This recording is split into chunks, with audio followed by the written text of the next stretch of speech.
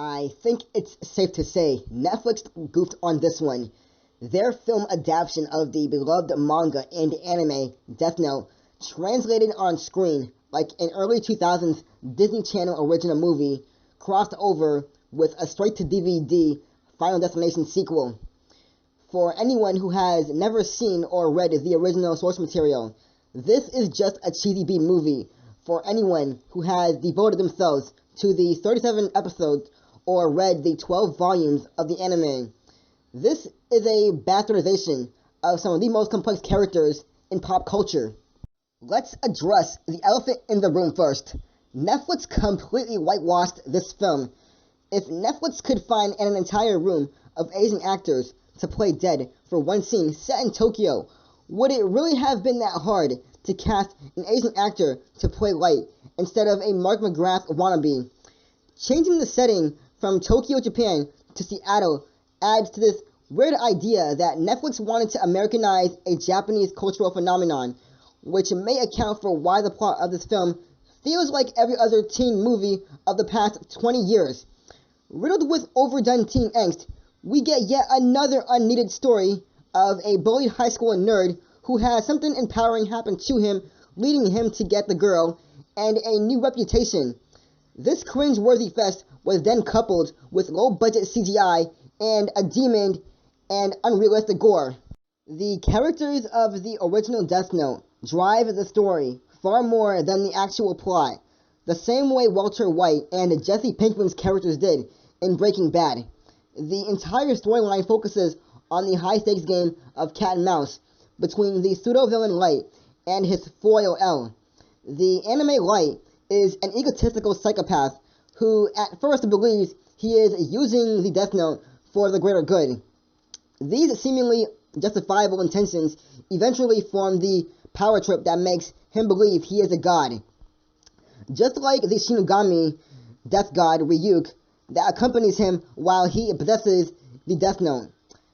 However, the Light in the movie, who happens to have the last name Turner and a seemingly fairly odd death god parent, is a standard unhappy teen who will literally do anything to get the girl, like show off the fact that he murdered the school bully and even momentarily contemplate murdering his father for her approval. In the original anime, Light is a loner. He does not need friends, and even when he has a gorgeous celebrity girlfriend at his fingertips, she becomes a puppet to his grand scheme. The Mia of the film, based off of Misa of the manga, controls Light in the way he controls her in the original storyline. Maybe this is some sort of female empowerment move, but it's so degrading to the original character arc that there is no empathy towards Mia's lame, unrealistic death by the Ferris wheel. She is annoying and manipulative, and therefore her character lacks a level of tragedy found in the abused Misa of the manga. The film focuses mainly on the relationship between Light and Mia, whereas most of the anime and manga highlights the battle of wits between Light and L. Light uses his intellect and overall power of the book, while L couples his brilliant deduction skills with a keen level of rationality and foresight. What makes L so appealing, though, is he a hero that ultimately dies? He fails in the process to stop Light and dies in the process. In the movie version, L starts off as a lesser version of the incognito genius and loses his sensibility due to Light's not-so-crafty mind games. In the manga, this would never happen. No matter what happens, L remains predominantly calm and collected, even when he realizes he is going to die. Netflix's film feeds on the classic character tropes such as the good guy always winning, hence the ending on a cliffhanger, alluding to L's victory. Simultaneously, Netflix wants us to like a mass murderer solely because he is the leading role, leaving the potential for Light's open escape. The film even tries to paint Ryuk as the bad guy because it needs a concrete villain. Even though Ryuk is perhaps the most likable character in the anime, all he wants to do is chill, eat apples, and watch what would happen if a Death Note fell into the hands of a human. Why? Because he's bored from hanging around in the Shinigami land. There's no real malicious intent.